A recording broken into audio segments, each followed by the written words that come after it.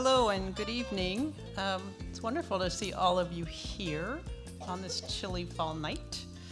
Thanks for coming out. I also especially want to thank members of the community and our students who are here tonight. Thank you especially for coming.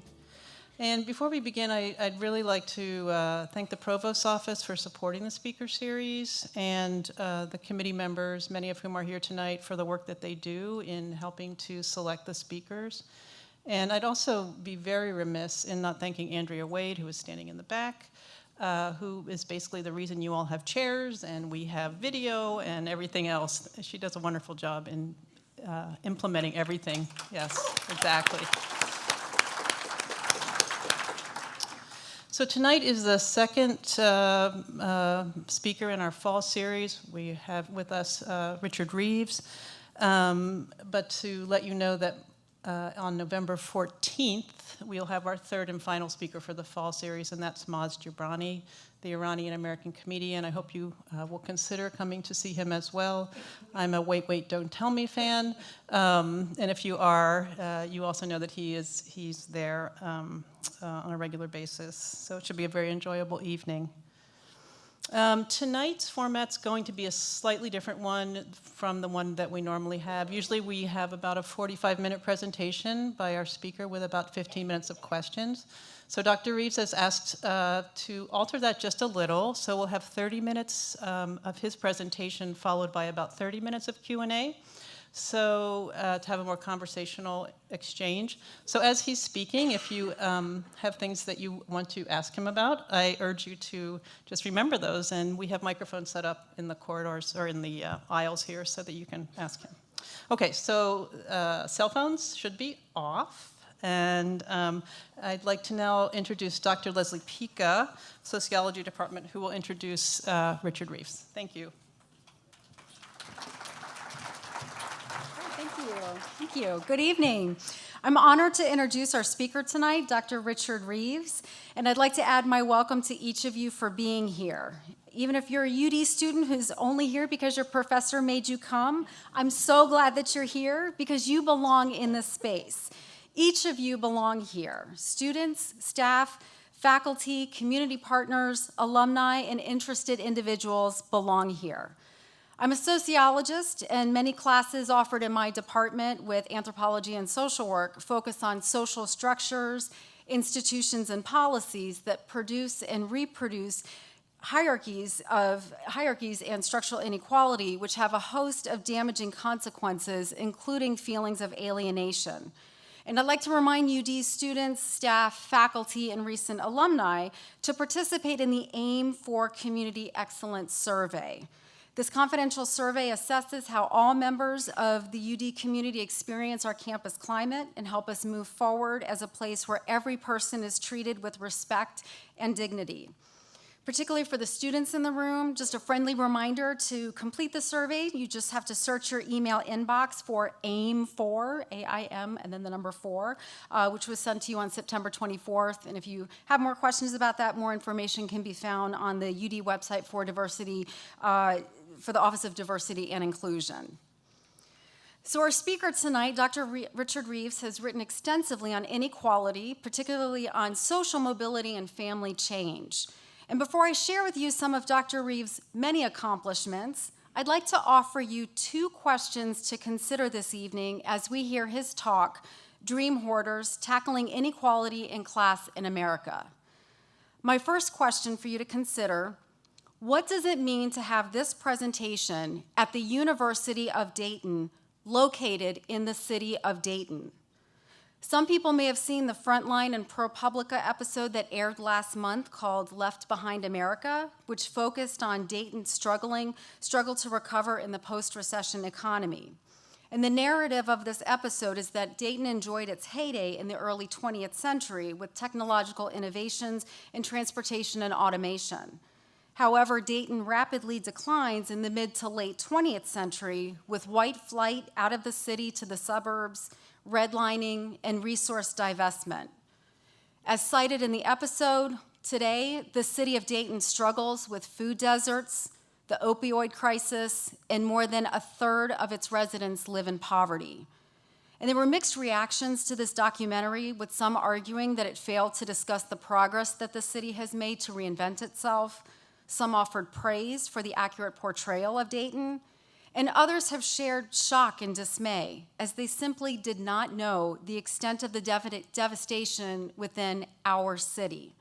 And it's very easy for students to graduate from the University of Dayton, and for some faculty and staff who work here, to never interact with any of the social problems evident within walking distance of campus. My second question: what does it mean to have this presentation at the University of Dayton, a private Catholic Marianist institution? The Marianist charism calls for a special concern for the poor and marginalized persons. According to the New York Times 2017 Economic Diversity Model, the median family income for UD students is $149,400, and I'm sorry, numbers are hard for a sociologist, qualitative sociologist. 149,600, so $149,600 per year, with more than a quarter. See, I ruined it, right? It was going to be real dramatic. Okay. So more than a quarter, about 29% of our students' population, I'll say that again, more than a quarter, 29% of our student population comes from the top 5% income bracket, and 69% of students come from the top 20% income bracket. So just something to think about. The work of Dr. Reeves is critically important, especially at the University of Dayton in Dayton, Ohio. Dr. Richard Reeves is a senior fellow in economic studies at the Brookings Institution, where he directs the Future of the Middle Class Initiative and co-directs the Center on Children and Families. His research focuses on social mobility, inequality, and family change. Dr. Reeves also teaches at the McCourt School of Public Policy at Georgetown University and is a member of the Government of Canada's Ministerial Advisory Committee on Poverty. He has written for a wide range of publications, including The Atlantic, National Affairs, Democracy Journal, The Wall Street Journal, and The New York Times. His books include Dream Hoarders, which I think is available out in the hallway, How the American Middle Class is Leaving Everyone in the Dust, Why That's a Problem and What to Do About It in 2017.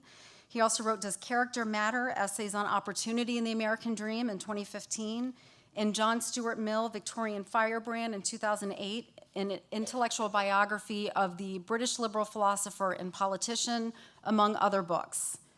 A British American, Dr. Reeves was Director of Strategy to the UK's Deputy Prime Minister from 2010 to 2012. And in September 2017, Political Magazine names Reeves one of the top 50 thinkers in the US for his work on class and inequality. Other previous roles include Director of Demos, the London-based political think tank, Social Affairs Editor of The Observer, Principal Policy Advisor to the Minister for Welfare Reform, and Research Fellow at the Institute for Public Policy Research. Dr. Reeves has a BA from Oxford University and a PhD from Warwick University. Please help me give a warm welcome to Dr. Richard Reeves.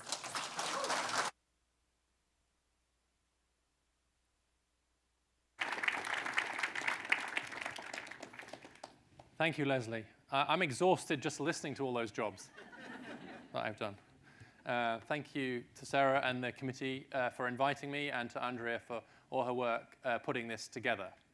I'd especially like to thank Leslie for mentioning the Politico Award, being named as one of the top 50 thinkers. I must say that in previous years, I thought that was a completely stupid award, totally subjective, clickbait nonsense. But last year really seemed to nail it. So I have two apologies to make. The first is that I am going to lecture you about the American class system with this accent. Okay, so it's been a tension for me since moving here to the US to talk about class in this accent. So my defense is as follows. First of all, we know a lot about class where I come from. Okay, hands up who's watched Downton Abbey? Or The Crown. Hands up who's watched one of those two, right?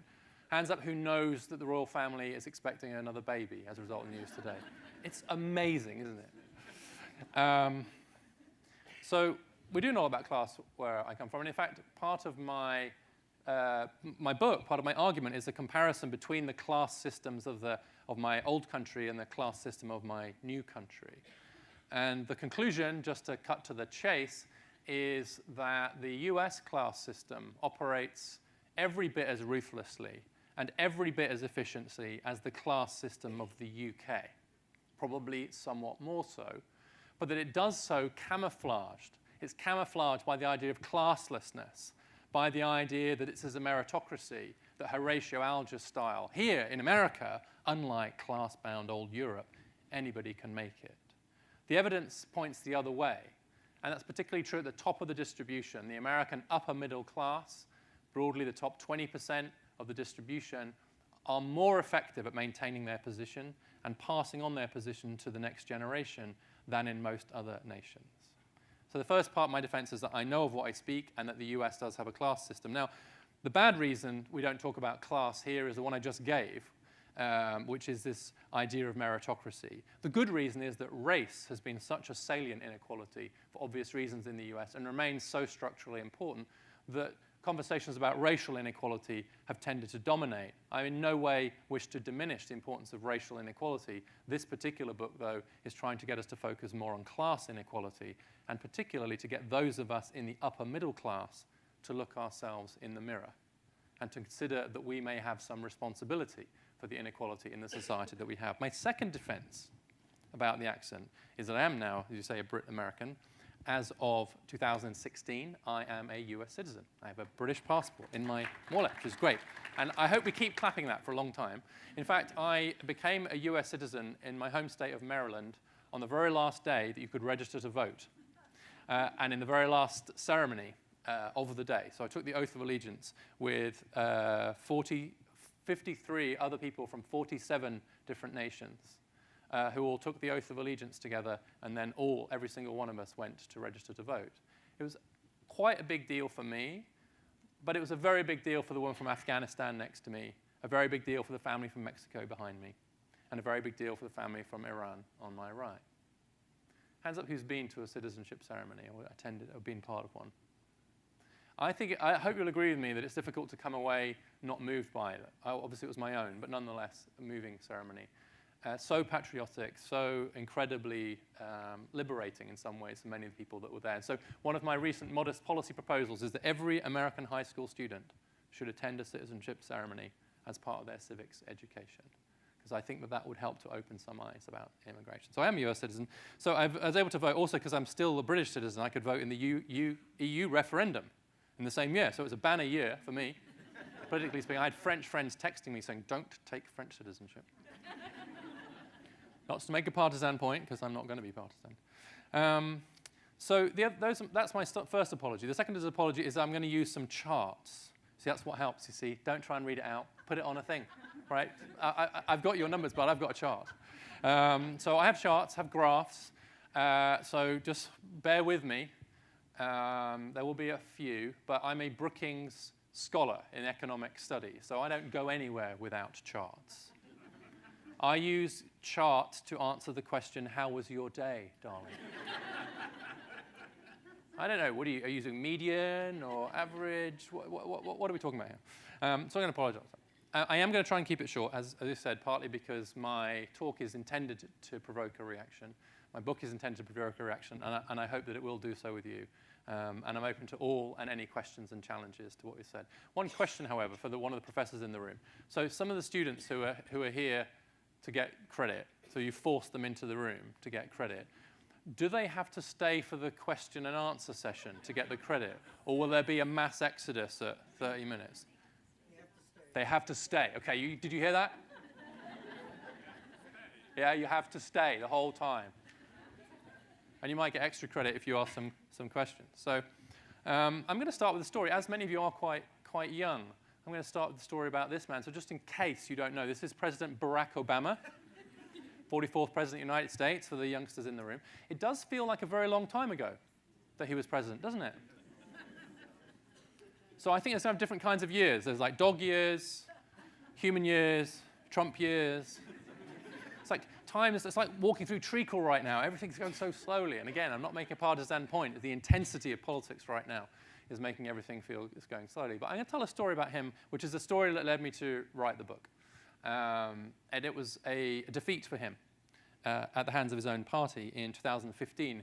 He'd proposed a reform to the tax code. He just produced his tax plan, and he was flying. He was on a trip. He was flying on this plane, Air Force One, and he was flying from India to Saudi Arabia as part of a trade trip. With him on the plane was Nancy Pelosi, who is the leading congressional Democrat, of course. She took a phone call while she was on the plane from this man, Chris Van Hollen. Chris Van Hollen was then my congressman in Maryland. He is now the junior senator for Maryland.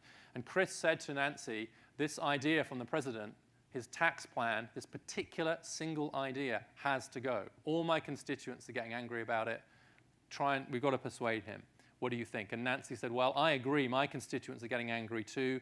As it happens, I'm on Air Force One with the president, so I'll just wander down the corridor and go into his office. So she goes up to the door, she knocks on the door. Hi, who is it? Nancy. Hi, Nancy. I wasn't there. This is based on true events, as they say on Hollywood. What is it? What's up? Well, it's this tax idea. I've just got off the phone with Chris. It's a terrible idea. You've got to kill it. All our constituents are losing their mind. I said, OK, I will think about it. I will consult with senior advisors. Having consulted with senior advisors, he went back to his office and said, OK, let's kill the idea. Hello, White House, it's the president, kill the idea. Again, based on true events. The very next day, the plan was killed. The plan was to reform something called a 529 college savings account. Hands up who knows what a 529 college savings account is. Hands up. OK, that's a good proportion of people, much more. And I would expect that in an educational institution. For those who don't know, 529 college savings accounts are a tax-advantaged way to save for college education. It's exempt from capital gains tax, so long as you use the money for educational purposes. In many states, you also get an income tax deduction, so you can set your savings against your state income tax, so you save on a year-by-year basis. And it's mostly exempt from gift taxes, too. So it's a very, very highly tax-advantaged way to save for your kids' college. Actually, it's just been expanded so that 529 accounts can now be used for private K-12 education as well. It's a significant expansion in the recent Republican tax bill. The problem with the tax reform, with this tax plan, rather, is that it's highly regressive. And in economic terms, that just means that most of the benefit goes to the people at the top of the distribution. So this is the distribution based on the most recent numbers we have, which are pretty old.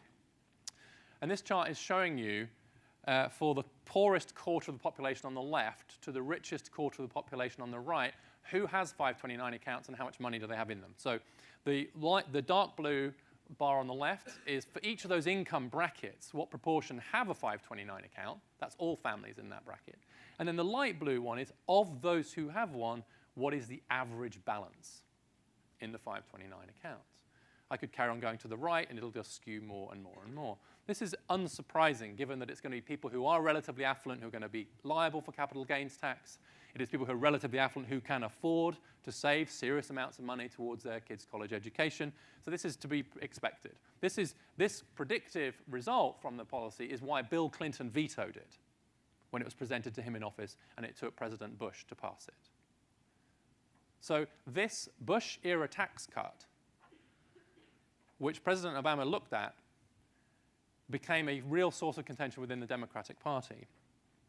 The proposal from President Obama was to effectively get rid of 529 tax values going forward and replace it with a tax credit which would have helped more Americans. It would have particularly helped middle and lower income Americans to pay for the cost of college. This is clearly not an efficient use of money. It does no evidence that it increases savings. It just gives a handout to people like me who benefit from it for doing something that we would do anyway. So let's not do tax policy that way anymore. All hell broke loose. Because most of the people commenting on it, analyzing it, were going to benefit from it. And actually, this is a general pattern of tax expenditures. For the economists in the room, this shows you the value of tax expenditures. These are upside-down tax expenditures, things you can set against your income tax. How much are they worth in total to the bottom 40%, the middle 40%, and the top 20% of the income distribution? 529s are so small that they don't feature in here. The big ones are mortgage interest deduction, pension savings, healthcare subsidies, etc. So all of those tax deductions are skewed very heavily towards the top, towards the upper middle class. 529s, if you like, are just a particularly egregious example of the upside-down nature of the tax system. These are the median incomes for the people who are living in Pelosi and Van Hollen's areas at the time. So these are affluent areas. I should know. As I've said, Van Hollen was my congressman. So this is the kind of area. I live in Bethesda, Chevy Chase, Maryland, one of the most affluent parts of the very affluent DC area. So these were liberals, these were affluent liberals who killed this idea. Why? For the reason Paul Waldman said in the Post. Because the proposal, the 529 reform, was aimed at the single most dangerous constituency to anger, the upper middle class, wealthy enough to have influence and numerous enough to be a significant voting bloc. The sense of entitlement that I witnessed among my neighbors, my colleagues, etc., around this single tax break was quite striking to me, and it led me to want to write about it. So I opened a book with that story, and I wrote this book, which is now available outside and in all good bookstores, and as an audio book. I had to audition for the role of reading my own book. Thank God I passed. Can you imagine the existential crisis that would have been caused? Here's the, if I'd failed the audition to be myself. So this is my argument. I'm going to do it pretty quickly, because as I said, I want to leave some time for questions. When I throw up some charts, I apologize in advance that I won't always have the time to really dig into them. I can pull them back up again later. So for the purposes, I'm just going to try and say pretty quickly what the chart is showing and then move on.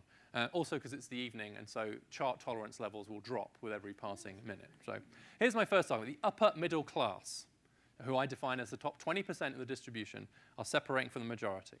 Then you'll see the rest of the argument there, that it's enduring across generations. I'm going to talk a bit about the difference between relative and absolute mobility. I'm going to say that part of this is about a meritocratic market, but part of it's about opportunity hoarding, the second reason, which is cheating by the upper middle class. And then lastly, I'm going to call for a cultural shift in how we define who is rich. And in particular, I'm going to refer to some work I wrote about in the Times in a piece called Stop Pretending You're Not Rich. Now, you've probably all heard of the idea that we are the 99%. Top 1% is where the problem is. I'm actually trying to disagree with that in part in my book. But to be fair, this is a sort of chart that would make me want to pitch a tent in Wall Street and march on Wall Street. This shows you real income growth for the top 1%. This is since 79, the 19% below them, the 40% below them, and the 40% below them. So the whole income distribution, but with the top 1% pulled out at the top. Right? I am not in the top 1%. To be in the top 1%, you need a household income of above $400,000. To be in the top 20%, into that 19% below there, you need a household income now of, say, $130,000.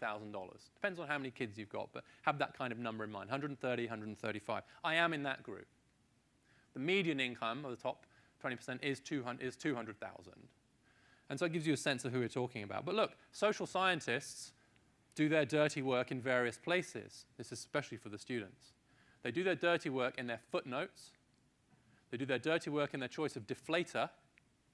And they do their dirty work in their left-hand axis. At least it starts at 0. Always wonder why I've done so. But in order to get the top 1% in, I've had to push it up to 2 million. That has the inevitable effect of flattening all the other lines. So me down here, look, just humbly down here in this, I can convince myself that I'm just sort of bobbing along. I'm just a hardworking middle-class American. Look at me, poor me. It's the top 1% pulling away. So let's take the top 1% out of the chart altogether. Same groups, bottom 40%, next 40%, and then the 19% above them, the 1% do not appear anywhere in this chart. First thing you'll notice, left-hand axis, don't need to go to 2 million anymore. Now I go to 200,000. So now I can see the differences within those groups. The basic story here is that the bottom 80% of the US distribution look the same today as they did 30 years ago in terms of inequality. There's been no increase in income inequality in the bottom 80%, nor has there been that much income growth. But for those above the line, there has been solid income growth. I grant you, it's not as exciting as the last one. Can I go back on this? Yeah. That's much more exciting, but that's because it's 1% of the population. But there's a lot more people in the next line. There are, in fact, 19 times as many people in that line as there are in the top 1%. So in terms of their political clout, and by they I mean me, us, significantly more important than the top 1%. This is part of my argument. And so you're seeing this kind of pulling away of household income of this top 20% of the distribution. But it's not just in terms of income. You're also seeing it in a whole range of other dimensions, most of which I won't have time to get into today. huge gaps in family structure and stability, a massive and widening marriage gap and family stability gap in the US. Almost nowhere else in the world is quite like it. In terms of health, wealth, life expectancy, cultural, social capital, etc. Massive neighborhood segregation. And I am going to talk a bit about education, and particularly post-secondary education. But the key thing is that it's not just income. There are all these other dimensions upon which we're seeing similar pulling away. And those dimensions are getting clustered more closely together. High-income people are the wealthier people, who are the healthier people, who are living longer, who are living in the good neighborhoods with high levels of social capital, etc. So we're seeing a clustering of advantage among the upper middle class. It endures across generations.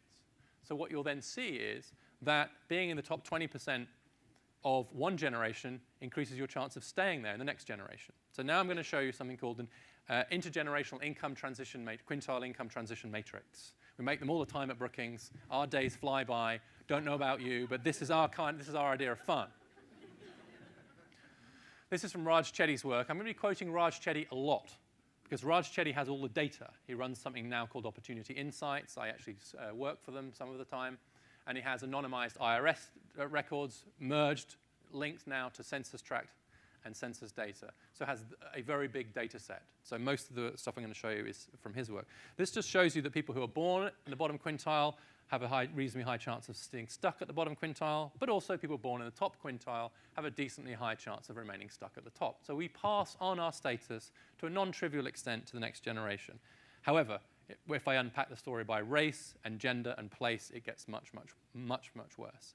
I won't have time to do that today. Wealth is even stickier. 44% of the people whose parents were in the top quintile of the wealth distribution will be in the top quintile of the wealth distribution themselves, partly because wealth gets passed on directly and more easily than income does. And it's true of education. If we break each generation up by where they are on the educational distribution, you'll see strong inheritance of education. Here I've used father's education, because women's education has shifted so much over time, but sons and daughters' education. And what this is telling me is, if your dad was in the top 20% of the education distribution, you have a 46% chance of being in the top 20% of the educational distribution. That's even stickier than wealth, which is even stickier than income. So educational status is even more strongly inherited than either wealth status or income status, although, of course, they're all highly correlated. They tend to go together. Now, I've been talking so far about something called relative mobility. There's only so many rungs on the ladder, people moving up and down the rungs of the ladder. That's what we call relative intergenerational mobility. But there's another kind of mobility, which is absolute mobility. That just means, are you better off than your parents were at the same age? And that's more of an everyday way of thinking about it, actually. A lot of people think that's what mobility means, that's what the American dream means. There's actually absolute mobility. Well, I've just turned the thing off. This is a measure of absolute mobility. This shows you the proportion of people who surpass their parents, who overtake their parents economically based on the year of their birth, from 1940 on the left to 1980 on the right. Of those born in 1940, 9 in 10 became richer than their parents had been at the same age. For those born in 1980, it's 50%. That's a very significant social change in terms of intergenerational upward absolute mobility. And it sets the backdrop for much of our politics and policy. Why?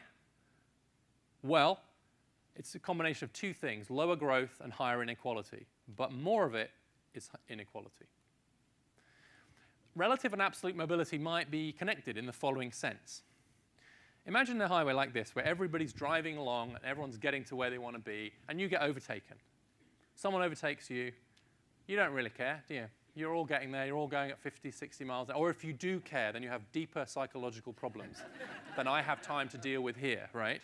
But assuming that you don't care because you're all getting there, you don't mind if you're overtaken, right? That's the equivalent of a change in relative position when everybody's doing better absolutely. If there's high growth, high absolute mobility, maybe you're more relaxed about whether you drop a quintile or two. Contrast a situation where there's low growth, where there's much less absolute mobility, and it's more like this. It's more of a sense of, really, people, we're not getting anywhere that quickly anymore. Now if someone cuts in in front of you like that Highlander there, you're pissed, aren't you? Yeah, feels different, feels more cramped, feels like the stakes are higher. And so the drop in growth and absolute mobility raises the stakes, increases the amount of tension there is about relative status. I'm going to make a case, as you'll see, for downward mobility in relative terms from the top. That we don't have quite enough of it. That too many of the children of the upper middle class stay in the upper middle class, when by right some of them should fall a little bit, thereby creating room for other people to rise. But the idea of downward mobility and arguing in favor of downward mobility is a spectacularly unpopular idea. You know, I have parents like, which kid do you want me to be downwardly mobile? It's ruined so many upper middle class dinner parties in Bethesda, I can hardly tell you. My 18-year-old, however, has done his bit. We have this standing joke. He'd come home with his report card and say, Dad, I have some good news and some bad news. The good news is you're always talking about the need for more downward mobility from the top. The bad news is that, and I would say anybody clever enough to make that joke should not be going. So actually, some social scientists did something quite fun, which is to ask people, they split them into liberals and conservatives, what they think the ideal amount of upward relative mobility should be from the bottom. And what this is telling you is that people basically think, liberals and conservatives alike, think that regardless of, if you come from the bottom 20%, you should roughly equally spread out across the distribution. Where you come from should have no effect on where you end up. Should be a utopia of upward mobility. Look at those charts. They think there should be no relationship at all. They're all spread out. I mean, the Pew data is a bit different. Chelly shows you what the reality is for people from the bottom 20%. All right? Wildly in favor of upward mobility. Then they ask them, what about downward mobility from the top? Because presumably if you're in favor of this, you're going to be wildly in favor of downward mobility as well. This tells you what proportion of how things should happen at the top. And this is telling you that, no, I don't think people should fall from the top very much. We like that. We just want more people to move up. So politically, we have a problem, which is that downward mobility is inevitably unpopular. When I wrote this piece in the Times, Stop Pretending You're Not Rich, there were a lot of comments, a lot of emails and a lot of comments. They shut down the comment field in the end.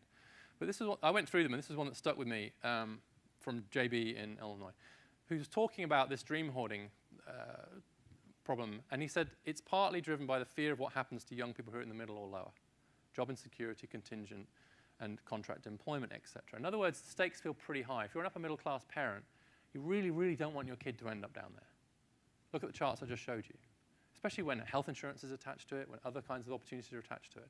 And so the worse inequality gets, the more we're incentivized to try and make sure our kids aren't downwardly mobile, because the gap gets bigger. As this chart shows, the gap between the 50th and 90th percentile in 3 different countries, to the 90s and 2010, it's further to fall. In the US, if you fall from the upper middle class to the middle, you fall further, and the stakes are much higher for the reasons I've just mentioned, health insurance, etc. How does this happen?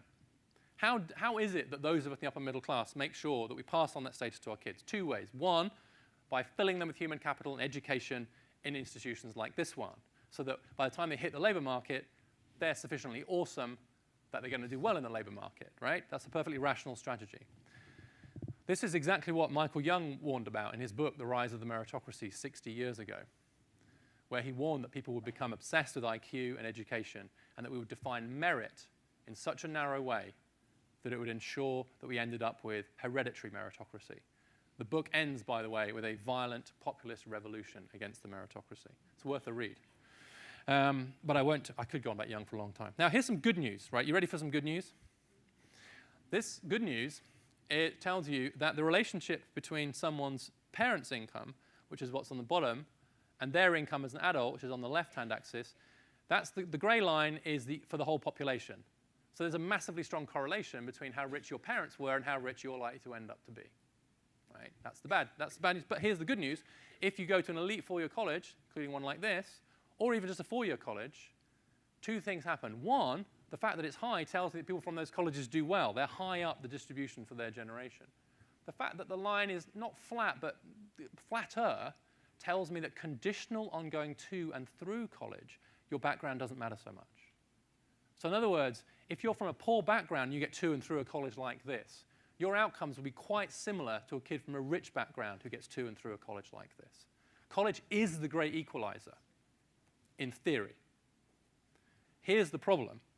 This shows you, same bottom axis, the parents' income rank from the poorest on the left to the richest on the right. The vertical axis shows you the percentage of children from those households who attend college between the ages of 18 and 21. This is Chetty's data again, so it's based on the tax records. So you know how sometimes social scientists put up a scatter plot, and then they put a regression line through it, a line of best fit through it, and you're kind of squinting at it, going, really? What's the R on that? You're like, okay. And they say it's statistically significant, and you're going, is it? Raj and his colleagues put the line of best fit on here, put the regression line. It's the red one, just as a courtesy, but I think you'll agree they didn't need it. There are no error terms because it's a massive data thing. This tells me, with a coefficient of 0.67, I can predict with 2/3 accuracy whether a child is going to go to college between 18 and 21 just by knowing their parents' income. You don't get correlation coefficients very often of 0.67 with this degree of validity. Okay? Now, it doesn't have mature students on there, etc. This is simultaneously one of the most elegant and one of the most depressing charts in recent social science. So, great equalizer in theory, great stratifier in practice. Post-secondary education is where the rubber hits the road and where the US class system is most brightly illuminated. Where, of those who go, where do they go? Here I split, again, bottom 40% of households, next 40% of households, and my top 20% of households I prefer. This tells you of those who go, and you've just seen how those numbers differ. Where do they go? And the modal institution for the bottom 80% is community college, certainly for the bottom 40, but for the whole 80, followed by pretty open access 4 years. The modal institution for the top 20% is a selective 4-year college with a non-trivial number 1 in 10 going to an elite. So if the world we live in is one in which people are talking about which selective 4-year college their kids are going to go to, you know which class you're in. And these institutions are therefore inevitably dominated by students from those classes. Let's make it a bit personal. These are the numbers you just heard from Leslie. So we can break down, again, using Raj's data, what's the income background of students at different colleges. And so here, just for interest, I've shown University of Dayton, Sinclair Community College nearby, Wright State University, and Miami University nearby too. The green is the proportion of students from the top 20% of the distribution. The blue below that is the next, and then you can see going down. And the numbers from the bottom 40% here are so low that we actually had to put the little percentage numbers off to the side. They wouldn't fit on the bar. Now, I am not picking on you. I produce this chart for every institution I go to. And you are by no means the worst. Worst is a pejorative term. Maybe you think this is the best. I don't know. But I just want to show the very, very different natures of the institutions that are serving these students and the very different composition of the students that they have. And so that's, I think, an interesting challenge for institutions like this in terms of their admissions policy. Now, you might say, we're a meritocracy. We just let in the smartest kids. This shows you average SAT scores by income background using College Board income brackets, poorest on the left or the richest on the right. So let's say you just have a certain, this is SAT, it would be the same with ACT. Let's say you have a certain cutoff and you say, well, we only take people above us, smart kids, kids who are ready with certain SAT scores. Then you look at the distribution of SAT scores across the income distribution and wonder why you end up with the students that we have. So the application of a narrowly meritocratic principle at the point of admission will, in a society that's so unequal before the point of admission, tend to replicate class status rather than disrupt it. This is where meritocracy is a tool against equality rather than a tool for it. I'm just going to do one bit of philosophy, because actually I'm a philosophy PhD, so I'm just going to, and I'll finish with a bit of philosophy too. Bernard Williams, who was a great British philosopher, described a society as a warrior society to make this point about how invidious the idea of meritocracy can be when applied at an institutional level. So he invited us to imagine a society where it's hereditary. The warriors get all the money, the resources, the glory, etc. And it was gendered as well, so for the purposes of his argument. The sons of the warriors become warriors, that's how it works. It's hereditary, a bit like our crown, a bit like our monarchy in the UK, right? You know who's going to be king next. No one has T-shirts saying future king or future queen in the UK, because we know. So it's hereditary, and then there's a reform, and they say, no, this is unfair. Everyone should get tested, and the best fighters should become the warriors. Should just be able to, and you shouldn't even know whether their parents are warriors or not. It should just be who's the best. Let's have a meritocracy. So they do that. And it turns out that because the sons of the warriors are well-nourished, well-fed, and well-trained, they all perform better in the test, so they become warriors in the meritocracy. And so this is what happens. The reformers protest that we haven't got equality of opportunity. This is not equality of opportunity. The wealthy reply, yes, you have. The poor now have the opportunity of becoming warriors. It's just bad luck their characteristics are such they do not pass the test. We are not, they might say, excluding anyone for being poor. We exclude people for being weak. And it is unfortunate that those who are poor are also weak. Hard to think about that, so let's change it to a test-taker society and just change a few words. I might protest we don't have equality of opportunity. Someone might say, well, yes, the poor have the opportunity of getting good college educations. It's just their bad luck, their characteristics, such they don't pass the test. We are not excluding anyone for being poor. We're excluding people for being dumb. And it is just unfortunate that people who are poor are also dumb. And so the meritocratic vice snaps shut in a way that really benefits some of us and really doesn't benefit a lot of other people. We also, this is my final main argument, just in case all of that doesn't work, cheat a little bit, or in some cases quite a bit, to ensure unfair outcomes.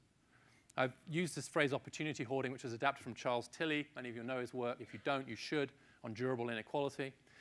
He used it in a slightly different way to me, but I'm using this idea of opportunity hoarding as taking a valuable opportunity that's scarce and then allocating it in an anti-competitive way, in a way that has nothing to do with the attributes of the individual. Here are my 3 examples: exclusionary zoning, legacy preferences in admissions, and internship opportunities. Exclusionary zoning is a process whereby we use local zoning laws to protect the value of our own houses and to some extent the character of our own local public schools by ensuring that we can't have higher density housing, we use single family zoning, etc. US is getting expensive, land is getting expensive, geographical mobility is falling, and it's partly our fault for the way we zone our neighborhoods and we zone our cities. Here is just a chart showing you what's happening to median rents. It captures house prices as well versus average household income. Land's getting real expensive real quick in the US, especially where the opportunities are. Why? Well, maybe because of this. This is a measure of how many court cases since 1940 had some mention of zoning or land use regulation in them. We know the racist history of this and redlining, but it's continued apace nonetheless. We have overzoned our neighborhoods and our cities in ways that are deleterious to opportunity, even though they can be very good for the people who are benefiting from the wealth creation of the property market on the right side of those lines. This is a great chart, actually, from the CEA report of Los Angeles.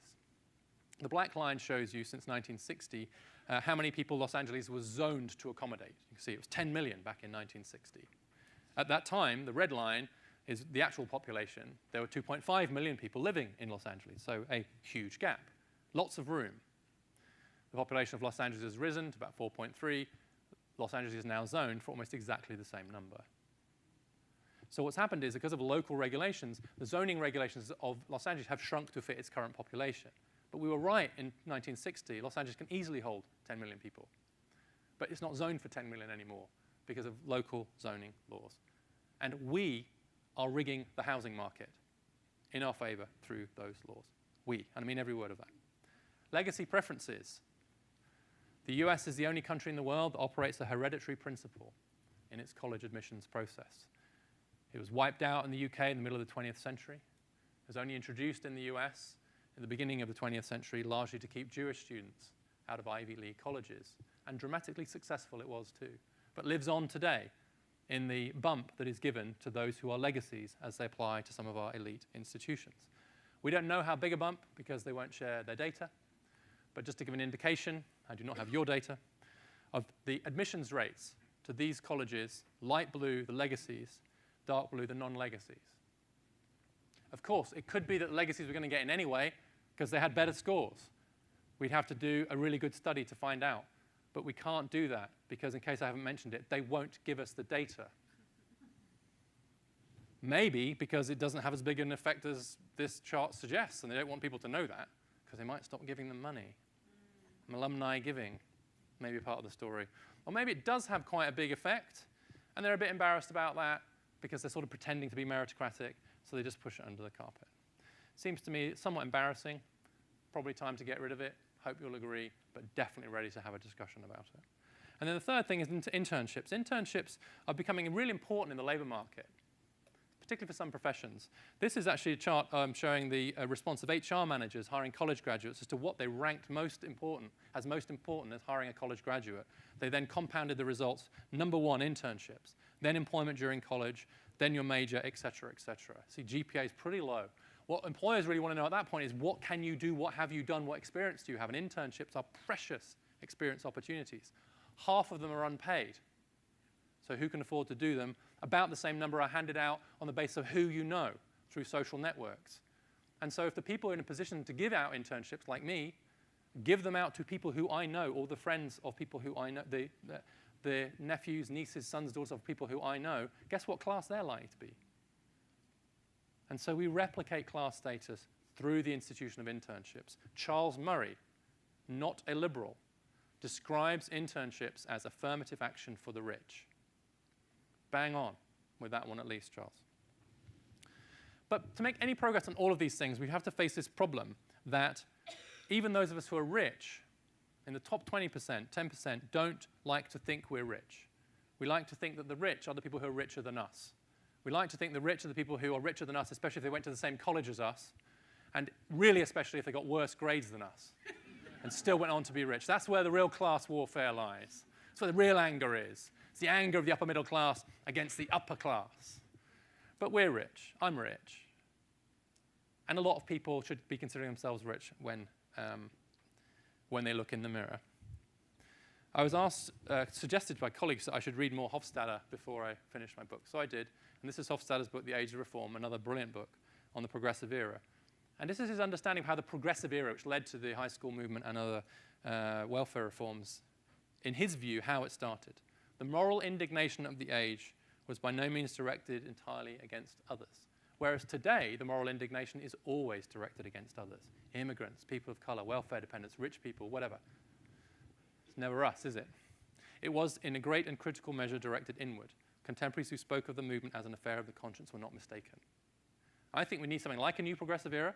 I think that requires another affair of the conscience, because culture precedes politics and politics precedes policy.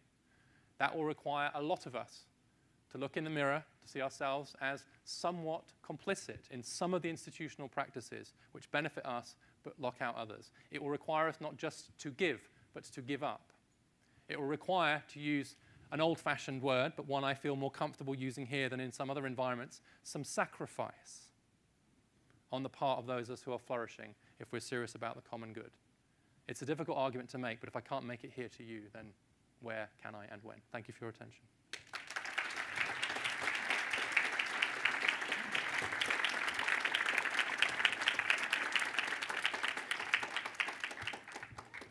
All right, who's brave enough to go first? Extra credit if you go first, if you're a student. I've just been told that. Guaranteed A for the whole semester. Is that what you said? No? All right. Yes. What do you think of Robert Wright's argument that political polarization is a consequence of a greater income inequality? Whose argument is it? Robert Wright. He had the inequality for all. Thank you. Great question. So I don't think it's an inevitable byproduct, but I think that as a matter of fact, it is what's happened. But I wouldn't say that it's necessarily just a left, right, red, blue kind of political polarization. I think it's more of a kind of vested interest sort of polarization. I think what we're seeing is the polarization of class interests in the US, partly because of the income inequality. The more separate we get, the more unequal society gets and the institutions of society becoming, the more we have a vested interest in supporting those. So it makes us more political in that polarized sense. I think a lot of the worst polarization is actually happening in some ways at more kind of local level, like the divisions within Dayton, the divisions within Charlotte, the divisions within DC, and the unwillingness to bring some of that home is part of it. So I don't necessarily think it's happening. That explains why you get the polarization at a congressional level or a national level, but I think it is true at a local level. And I will say, credit where it's due, that Reich was one of the loudest voices during the Clinton years saying, we've really got to help the workers who are being affected by trade, and to some extent by immigration as well. And that didn't really happen. Bill Clinton did not do enough. Sound money, good and monetary policy did not do enough. Tony Blair didn't do enough in the UK either. And to be clear, I was on their side. But I was wrong and they were wrong too. So Reich, I think, was ahead of the curve in recognizing there's a degree of economic division that will certainly cause political problems. But I'm not sure it's polarization exactly. I think some of the anger that we're seeing swelling up now through populist movements, it's quite hard to fit that into traditional political prisms. But it's getting at something quite primal, I think. Okay. Thank you. All right, great question. Thanks. All right, who else? Seriously? Yes. Because I can keep going. I'll do rules if you want. Yeah, I'm curious if you have any idea what the Can you just lift the mic up a little? Oh, sorry. I'm curious if you have an idea what the data would show if we were looking, say, at Canada for one, or the European Scandinavian countries two, with the charts that you demonstrated. Which particular data point are you interested in, or just generally? Well, generally, Yeah. particularly these opportunity issues that seem to be protected in the system. For most of the measures that I've put up there, the US tends towards the more unequal end of the distribution. There are certainly class gaps in college going in all countries, US, UK, and Canada for sure, but they're not as great. The coefficient between parental income and college going is lower in those other countries than it is in the UK. There's a bit more relative mobility in those other countries too. The quintiles, so there's a bit more movement up and down the income ladders in those countries than there is in the US. And there's a little bit more absolute mobility in those countries, so slightly more people doing better than their parents, largely because they're a little bit more equal in the distribution of resources in those countries too. Now, the trend in those countries is the same as in the US, to be clear, although the UK has recently managed to arrest some of its rising income inequality, and Canada is really making progress around kind of higher education. And I think one of the reasons for that is because, just to take higher education as an example, the higher education system in both the UK and Canada is very simple. The applications process is, it's incredibly simple. It's standardized, it's centralized. It takes you about 20 minutes to apply for college in Canada, 30 minutes maybe. Not much different. Same with the tax system. The tax system in the UK, it takes me 20 minutes to fill out my UK tax form, and God only knows, US. And actually that complexity, but particularly around colleges, it's really opaque. It's really hard to understand what's going on. You have to visit and do this, and maybe I should be an athlete, and there's a scholarship, and what about legacy, and da-da-da. And no one really knows how it works. It's sort of like the papal smoke emerging from the admissions office, right? And then there'll be lots of guff about curating the special class of whatever. Sorry, I shouldn't say guff. Yeah, I'll say guff. About curating. And everyone is just like, why didn't I get in? Whereas like in the UK, my son applied to Oxford, and he didn't get in because he didn't get the grades. So he goes, that's why I didn't get in. Right, it's like, there's no mystery. He's not racked with guilt that he should have played the oboe or tried out for a lacrosse scholarship or played some legacy card with me, or maybe he's not racked with guilt. It's just like, I applied, I didn't get the grades, I didn't get in, I'll go somewhere else. It's really very cognitively straightforward. Whereas here, there's lots of visiting going on, it's complex. And so if we can do nothing else, just to simplify radically the whole system, because complexity is the friend of the upper middle class. We know how to navigate complexity. We glory in complexity. We have the time and the networks and the special skills to nip and tuck, So upper middle class dinner parties spend 40% of their time, at a certain age, my kids are a certain age, 40% of their time talking about tricks to get your kids into various colleges. Right? Or did you hear that? And the other 40% of the time talking about, did you hear about the new tax deduction? You can now write off your kids' summer school ballet shoes, or whatever it is. And then 20% the weather or whatever. But you don't get any of that in the UK because you can't claim anything, and everyone knows why you didn't get into college. Simplicity. Yes. Yeah.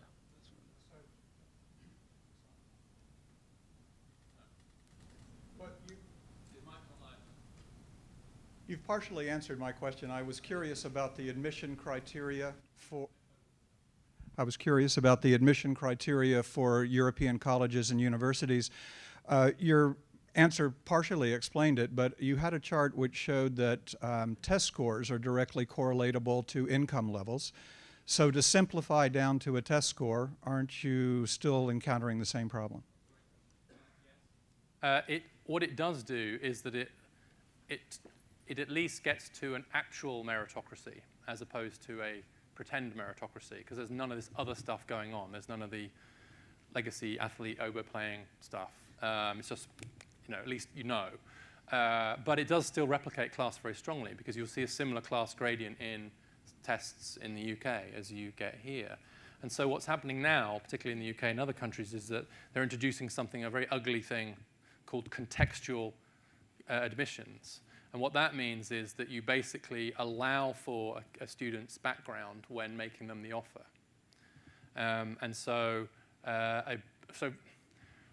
the research suggests that a student from a poor background who got B's at high school is going to do as well as a student from an affluent background who got A's at high school, roughly, right?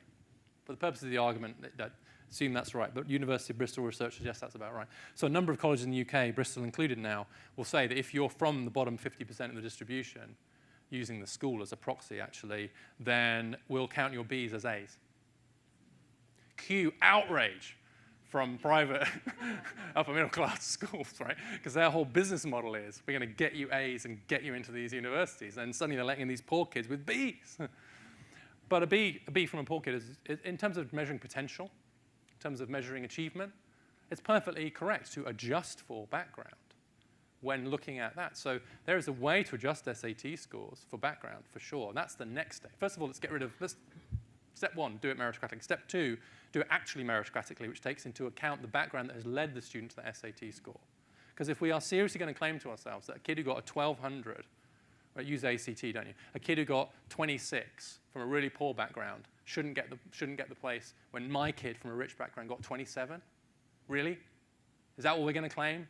That my kid getting 27 is more impressive than the kid from a poor background getting 26? I don't think any of us would claim that and be able to look ourselves in the mirror. So give the place to the kid who got 26. Find a way to adjust. And smart colleges are really starting to do that now, to adjust. That's the next stage. And then there's a whole other stage, which if we have time to get into, then I'll really get radical later. But at the very least, we should be doing contextual admissions and taking that into account. Yeah. Yes? Speaking of, aside from other variables such as legacy as being a way for upward mobility, as far as education from an early age, when you talk about private versus public school in the United States of America, what role do private institutions who are considered businesses oftentimes, do they play as far as scholarships and for kids that are more coming from lower income households? Yeah. And is it necessary where we talk about private institutions at some point looking themselves in the mirror as nearly an institution that acts as an upper middle class citizen that needs to take a look at itself and look at downward mobility as an option to become more equal with public institutions? Are you thinking particularly about K-12 and that level? Yeah, basically how private school from a young age rolls over into secondary education. So that's a great question. Thank you. So we do know that it's strongly predictive of doing better, that the quality of those schools tends to be higher for various reasons. And there's all kinds of arguments about tax advantages, etc. But I'll give you a fact from Tony Jack, who's a Harvard economist, who has a book coming out called The Privileged Poor. His fact, who cited it at Brookings recently, but I haven't gone back to him to check it, so with that caveat. He says that 50% of the black students at Ivy League colleges went to private K-12 schools. And of those, there's roughly a 50% split between those who went there because their parents could afford for them to go there and those who went there on scholarships. And that's the group he calls the privileged poor, because they've got scholarships to really upmarket private K-12 schools, then gone on to really she upmarket colleges, but actually come from poor backgrounds. So he's following them, and he's doing a lot of qualitative work with that group, and I think that's really fascinating. But it tells you how powerful those can be. Also, the private schools very often have good relationships with admissions officers. Now, in my world, that shouldn't matter. In my world, we won't need admissions officers. Or only a few, sorry. Only a few, and frankly, the AI will come and take their jobs pretty soon if I get my way, because it will be algorithmically determined. And it won't be about someone calling up and saying, yes, but, she's got that special spark, or whatever. I don't know. How does it work? Someone tell me how it works. In fact, one of the bravest private headmasters I know was from, I think my book, Exeter Academy or somebody, who really opened up the view on Z-listing at Harvard, which is now big in the headlines again as a result of the court case. Z-listing is where you're asked to wait a year, but you get in, and you don't count against that year's intake. So of the people who say I'm taking a gap year who are going to Harvard, about 50% of them were asked to take a gap year. Bear that in mind, right? So, I'm taking a gap year. And one of the headmasters said, he went through it all, and he said, almost 3/4 of these students are from my school, the Z-listed students. It's a back door to a back door.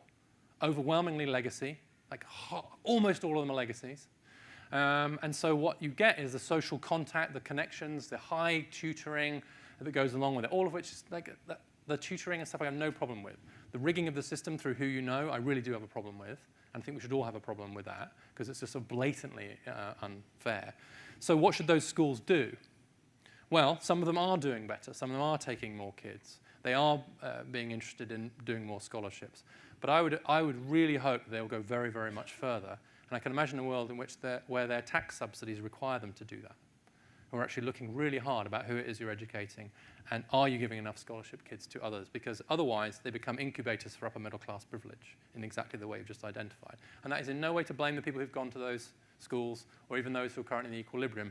It's just an empirical fact that is how they actually operate in practice. And that's why they're then allowed to charge huge amounts of money, because it's like a guaranteed access to that upper middle class track that people are buying. And it seems to me that shouldn't really be so easily for sale. Yes? Sorry, no, let's go over there because he's been waiting for a while. Sorry. Hi, in your work, what have you found to be effective when conversing about downward mobility and sacrifice to create a change in behavior and thinking? So that's a great question. So nothing. And no one's going to be in favor of downward mobility for themselves or for their own kids, right? There'd be something really wrong with you for wishing it. You know, I haven't said my middle one's going to be the sacrificial lamb in my family. He's taken that role. But there is an argument just like look, I just send one of them to college, but then don't give the other one any help at all. You know, just really make sure that they really screw up. So I'm not asking people to be bad parents, because that's what bad parenting will be like. And I'm not asking anyone to be in favor of downward mobility for themselves or for their own kids. What I am asking people, though, to do is to accept that a degree of downward mobility may be the necessary price for removing some of the unfair systems that currently act against it. There is something like a glass floor underneath the children of the upper middle class, which holds many of them up. And that's great if that's your kid, and it's great if you can make the system work that way. And I'm not arguing, as I said, just to repeat, I'm not arguing wanting to push people down, but we should want to take away artificial ways in which downward mobility is reduced, especially when we're talking about a good that is definitionally positional, scarce. So I gave the example of my son. Didn't get into Oxford, applied, got close, didn't get in. If Oxford was still operating legacy preferences, he probably would have got in, because I went. And so did his mother. So he probably would have got in. So if I was in the UK and they had legacy preferences and I was arguing against it and they enacted it, or I said, we're not going to use the legacy card. You're not going to tell them that we went, which is what we would have done. And as a result, didn't get in. Does that make me a terrible parent? Well, discuss. But, so he's been downwardly mobile. Not very far. He went to Exeter University instead. And that tends to be the sort of sacrifice I'm asking. Same, he asked me, will you help me get an internship? No. No. Get your own. He ended up getting an internship at my publisher without me helping him, and without them knowing. He has a different surname, so it's a bit weird. But anyway, so then I got it anyway. But let's say, so a bit of downward, so I'm not asking you to be in favor of it, but I am asking us to be in favor of changes of which some downward mobility will be the inevitable consequence. If you got rid of legacy preferences at an institution, some of the kids who would otherwise have gotten in will not get in, and they will go to a slightly less awesome institution. They may therefore be somewhatly downwardly mobile. Yes, we should be in favor of that. We should be in favor of this institutional change. Yes? You've mentioned it once or twice, but do you think it is appropriate or fair to evaluate class privilege without also acknowledging race and gender privilege when they're so deeply interconnected? Well, that's a great question. Thank you. For the purposes of this exercise, yes. But I obviously need to qualify. I obviously need to defend that position. This exercise is an exercise of trying to raise awareness of the privileges, and in many cases unfair privileges, of the upper middle class in the US. That group is very strongly white. Hasn't become, actually is a bit whiter by comparison to the overall population than it was 30 years ago. It is no more black than it was. It's a little bit more Asian than it was. And so you're looking at a predominantly white group anyway. Now, you might have a different view about black Americans who are in that top quintile, because their downward mobility risks are much higher than for white. Partly because it's a relatively recent entrance into that class position. So in terms of intergenerational class position, for the handful, empirically speaking, handful in the data of black Americans who have made it up to that kind of top quintile, it's A, very small, and B, their kids are at much greater risk of downward mobility, for reasons we could get into, but some of them are obvious. And so in that sense, dream hoarding, the top 20% finding ways to insure themselves and their children against the risks of downward mobility does appear to be a peculiarly white expertise. Now, you could argue now that it's becoming an Asian expertise as well, but for the purposes of intergenerational data, I know it's true for white Americans. And so that's really what I wanted to go at. It's not to say that class wipes out race, because I've just made that point. Certainly, nor does it wipe out gender. I will say, however, that when it comes to gender, the story is even more complicated, because the lowest rates of upward mobility are for low-income black men, boys and men. In fact, low-income black women or black women born into low-income families have about the same upward mobility rates as low-income white women do. Low-income black men, by contrast, have very low rates of upward mobility by comparison to low-income white men. So when you then combine into household incomes, you see this dramatic effect. And so when you intersect income and class, income as class, race, and gender, you get these very interesting patterns emerging. So it's very, very hard to generalize. But for the purposes of this exercise, I knew who I was talking to. I was talking to the white upper middle class. And to some extent, the white upper middle class will sometimes use particularly the liberals, their progressive views on race as a way to signal, virtue signal sometimes, but to signal how progressive and amazingly egalitarian they are. And great, they are, fantastic, keep doing that. But it doesn't get them off the hook of the class system that they are continuing to perpetuate. And so sometimes I almost feel like it's easier for upper middle class white liberals to be really strongly against racism than against classism, especially when it's their own neighborhoods, their own schools, etc. And so I just didn't want to let anyone off the hook, basically. Yes. Excuse me, Dr. Reeves, you obviously did not have to, because of your economic status, you did not have to pursue this type of research. As an economist, did the numbers drive you to the research, or was there some other motivating factor? That's a great question. Honestly, it was a mixture of both. What happened was I'm going through a period where I'm simultaneously really digging into the numbers on intergenerational mobility, comparing it across different societies. And so a lot of my work at Brookings was about that. And coming to know my new nation a bit, but through a very peculiar window, which is an affluent, professional, elite window. So I became an anthropologist of my new class, predominantly the white liberal upper middle class. So I got to see at first hands. And then the genuine shock that I got from the reaction to the tax story that I told you about at the beginning, and how people broke along those lines. Then I started interrogating some issues. So it's really a combination of personal and empirical, both my own trying to come to terms with how does this place work, and as my kids were getting a bit older as well, thinking how does the whole college thing here work? And so I think it was that odd combination of a kind of empirical and a personal that led me to write the book. That's why it's a bit of a weird book in a way. That's why it doesn't really know what it is. Thank you. Yes. I have that economist bias about growth solving all problems. The Lumina Foundation, is sponsoring collective impact organizations around the country with the goal of increasing college or post-secondary graduation rates from around 35%, up to 60%. Yeah. How do you think about that particular aspect, the notion of you're arguing sort of a zero-sum game, right, Sure. at some level? Sure. So I've focused on some of the zero-sum aspects of the argument because I think they have to be confronted, and I don't think we can avoid them. However, you're quite right to say that, and I tried to get at this a bit with the absolute mobility story, which is Right. if there's a rising tide, better. If the rising tide is lifting most of the boats, better still. Right now, we don't really have either of those. But it's not. Right? We have a very slowly rising tide that's lifting very few boats.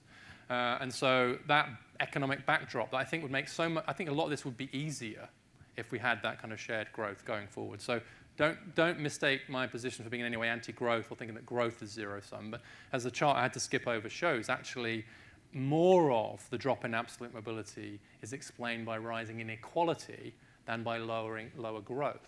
Obviously, both of those factors come into play.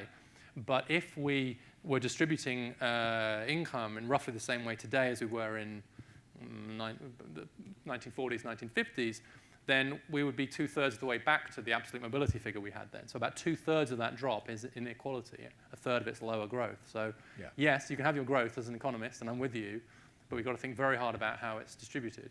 And then as far as college is concerned, interestingly, Illumina have added certificates to that target now as well, I think. They've broadened it. Yeah. Which I'm glad about, but not everyone necessarily recognizes that. Partly because, look, getting people more and better education is good in and of itself. And one of my big arguments is that we really seriously underinvest in community colleges in particular in this country. Those open access 2 years are really doing God's work. I can use that phrase here. And yet their budgets are being squeezed. They struggle very often to kind of keep faculty. Their facilities are very often struggling. And amazingly, they don't have millions of dollars of alumni giving to support them. And so there's a public policy problem there, which we're underinvesting in the modal institutions for many working class and middle class kids. So I don't want to take the foot off the gas of getting more of those kids into the more elite institutions, but at the same time, I want to recognize what's happening now, which is that many of them are going to public 4 years and 2 years who are starved for resources. Meanwhile, the privates and the private 4 years have got big endowments, massive tax subsidies. So the endowment tax was a big issue in the Republican tax bill, but I tell you, I was basically in support of it. I think you should be able to get out of it in various ways. For every dollar we spend on trade adjustment assistance to help workers dislocated by trade, we spend $25 subsidizing the endowments of elite colleges. Right, 25-fold difference. And then we wonder why people might be angry. All right, so I think this whole way of kind of thinking has to change. And I would tax the endowments of elites, get rid of a lot of tax subsidies, and I would put significantly greater investment into the 2 and 4 years, partly to try and hit the Lumina target, so that they're valuable credentials. That's the key. It's not just 2, it's through, and then something's valuable. Oh, by the way, kill the for-profit sector. Yeah. Right. I think we can all agree about that. Just get rid of them because they're predatory, evil. Evil's a bit strong. Are we live? Are we recording this? All right, one more there. I think we have time for just one last question. Okay, great. I think that's going to work. You- I don't mean evil. I mean predatory, corrupt, subprime, unregulated, money wasteful. That's what I meant. Sorry. Good. I didn't want to cut you off. You were on a roll there. No, just for the record, I wanted to clarify my view on for-profits. You mentioned taxes increasingly, even before I got up here, but you haven't said a lot about how much of a factor that is in perpetuating the wealth diversity we have. You hear, particularly from some anti-tax people, that we have the highest taxes in the world. I don't think that's true. Do you treat that in the book? I'll find out when I read it. But what's your read on the United States tax system in terms of are we taxing the wealthy enough? We don't have a death tax anymore, as they call it. What about those things? So I think that so there's 2 questions. One is what's the effect of the US tax system? And then secondly, how big a deal is that against the backdrop of inequality? I think that's what I hear you asking. The US tax code is horrific.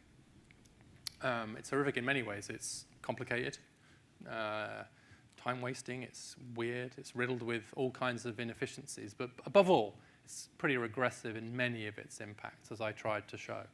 And it incentivizes people to try and avoid as much tax as possible. It's basically, it's unpatriotic not to take every tax deduction you can, isn't it? And there's always these things, the 5 tax deductions you might not know about. Did you know you can do this? And so it's weird and it's complex and it's annoying. But the deeper problem is that many parts of it are not as redistributive as they could be.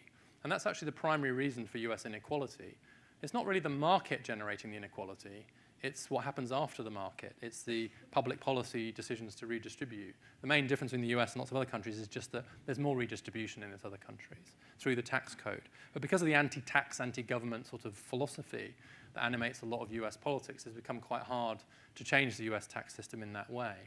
And you mentioned the estate tax, and I feel particularly strongly about capital and wealth and inheritance tax. And I think it's doubly unfortunate that we've just loosened the estate tax. Haven't quite got rid of it, but very nearly. You now have to, as a couple, you have to leave an estate of more than $22 million to pay any estate tax as a result of the recent tax bill. So it's nugatory now. But actually, because of the wave of wealth we're going to see as a result of baby boomers, that's potentially a huge amount of revenue lost.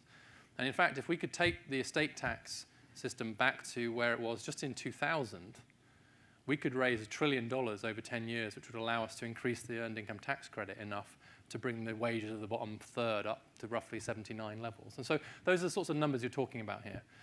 Wealth in particular is strongly inherited for obvious reasons, but the US tax system doesn't really go at wealth. Plus there's no consumption tax, no carbon tax. Basically, we should be taxing the 3 C's, carbon, consumption, and capital. We don't really want to do those things, and so we end up with a higgledy-piggledy system that contributes to inequality in many of the ways we're talking about. So yes, tax is part of it, and also tax reform and the tax expenditures, the tax subsidies, the stuff I've talked about would release the resources that we need to do some of the things we've talked about today, like invest in healthcare, invest in community colleges. But again, the resistance that we get to those sorts of tax changes is very strong, and we shouldn't kid ourselves that resistance only lies on the political right or outside of enlightened institutions like this one. It's very often quite close to home. And so actually, if we want to change the political culture in order to bring about some of the policies that we really want, then we really do have to start at home. And sometimes those changes might feel quite small, but I'm trying to start by standing in my own shoes, in my neighborhood, in my school, my institution, as well as doing all the public policy work. Because culture precedes politics, and politics precedes policy. I got lots of policy ideas. We're not short of policy ideas. We're short of a political culture where those ideas can be enacted. And for them to be enacted requires some of us, when we're talking about inequality, not always to be pointing the finger the other way, but just occasionally, every now and again, look ourselves in the mirror and wonder whether we are not somewhat implicated too. And if so, what we need to do about it. Not in 2 years when we vote, not in terms of what we say at dinner tables or the signs we put on our front lawn, but what we do tomorrow, what we do at the housing board meeting, what we do at the school board meeting, what we do at the governing body of this institution. Not in the future, and not with a tick in the box, but with what we do and what Jerry Cohen, the former Marxist, semi-Christian philosopher, described as the thick of daily life. What do we do in the thick of daily life? And it seems to me that that's where we need to start our work. And this is a great place to be having that conversation. So thank you all for your questions and your attention.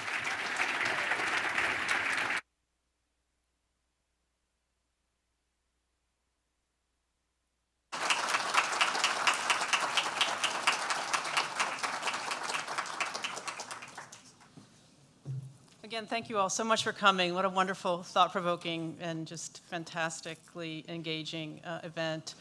Students, thank you for staying. There are books for sale outside, and I think Richard Reeves will not be signing? Not be signing, okay. Well, he'll sign a few, okay. So there we are. Again, thank you and have a good night.